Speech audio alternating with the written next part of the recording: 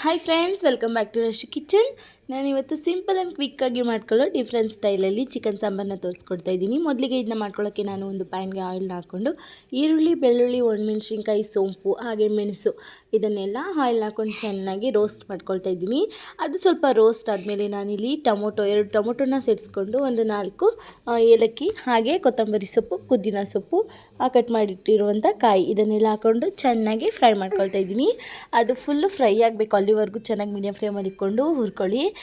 ಚೆನ್ನಾಗಿ ಹುರ್ಕೊಳ್ತಾ ನೆಕ್ಸ್ಟು ನಾನು ಇದಕ್ಕೆ ಟರ್ಮರಿಕ್ ಪೌಡರ್ ಹಾಗೆ ಧನಿಯಾ ಪೌಡರ್ ಇದನ್ನೆಲ್ಲ ಹಾಕ್ಕೊಂಡು ಸ್ವಲ್ಪ ನೀರನ್ನ ಹಾಕಿ ಚೆನ್ನಾಗಿ ಅದನ್ನು ಇಲ್ಲೇ ಬೇಯಿಸ್ಕೊಳ್ತಾ ಇದ್ದೀನಿ. ಮಸಾಲ ಚೆನ್ನಾಗಿ ಬೆಂದಷ್ಟು ಟೇಸ್ಟ್ ತುಂಬಾ ಕೊಡುತ್ತೆ.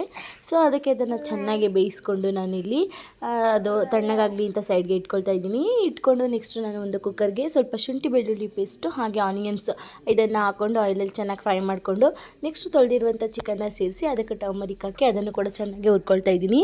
ಇದು ಚೆನ್ನಾಗಿ ಎಣ್ಣೆಯಲ್ಲಿ ಬೇಯಬೇಕು, ಅಲ್ಲಿವರೆಗೂ ಚೆನ್ನಾಗಿ ಹುರ್ಕೊಳ್ಳಿ. ಸೊ ಇದು ಬೆಂದಿದೆ. ನೆಕ್ಸ್ಟ್ ಇಲ್ಲಿ ಆಗಲೇ ಮಸಾಲ ಮಾಡ್ಕೊಳ್ಳೋದು ಹೇಳ್ಕೊಟ್ನಲ್ಲ, ಅದನ್ನು ಗ್ರೈಂಡ್ ಮಾಡಿ ಇದಕ್ಕೆ ಸೇರಿಸ್ಕೊಳ್ತಾ ಇದ್ದೀನಿ. ಸೇರಿಸ್ಕೊಂಡು ನೀರು ಎಷ್ಟು ಬೇಕು ನಾವು ನೋಡಿಕೊಂಡು ನೀರನ್ನ ಸೇರಿಸ್ಕೊಳ್ಬೇಕಾಗತ್ತೆ. ನೀರನ್ನ ಸೇರಿಸ್ಕೊಳ್ತಾ ನಾನು ಆಲ್ರೆಡಿ ಅಲ್ಲಿ ಉರಿಯೋಕ್ಕೆ ಉಪ್ಪು ಹಾಕ್ಕೊಂಡಿದ್ದೆ. ಉಪ್ಪು ಕಡಿಮೆ ಆಗಿದೆ, ನೀವು ಇಲ್ಲಿ ಉಪ್ಪನ್ನ ಸೇರಿಸ್ಕೊಳ್ಬೋದು. ಸೇರಿಸ್ಕೊಂಡು ಮೇಲ್ಗಡೆ ಸ್ವಲ್ಪ ಕೊತ್ತಂಬರಿ ಸೊಪ್ಪನ್ನ ಹಾಕ್ಕೊಂಡ್ರೆ ಸೂಪರ್ ಟೇಸ್ಟಿಯಾಗಿರುವಂಥ different style chicken sambar ready ಆಗುತ್ತೆ.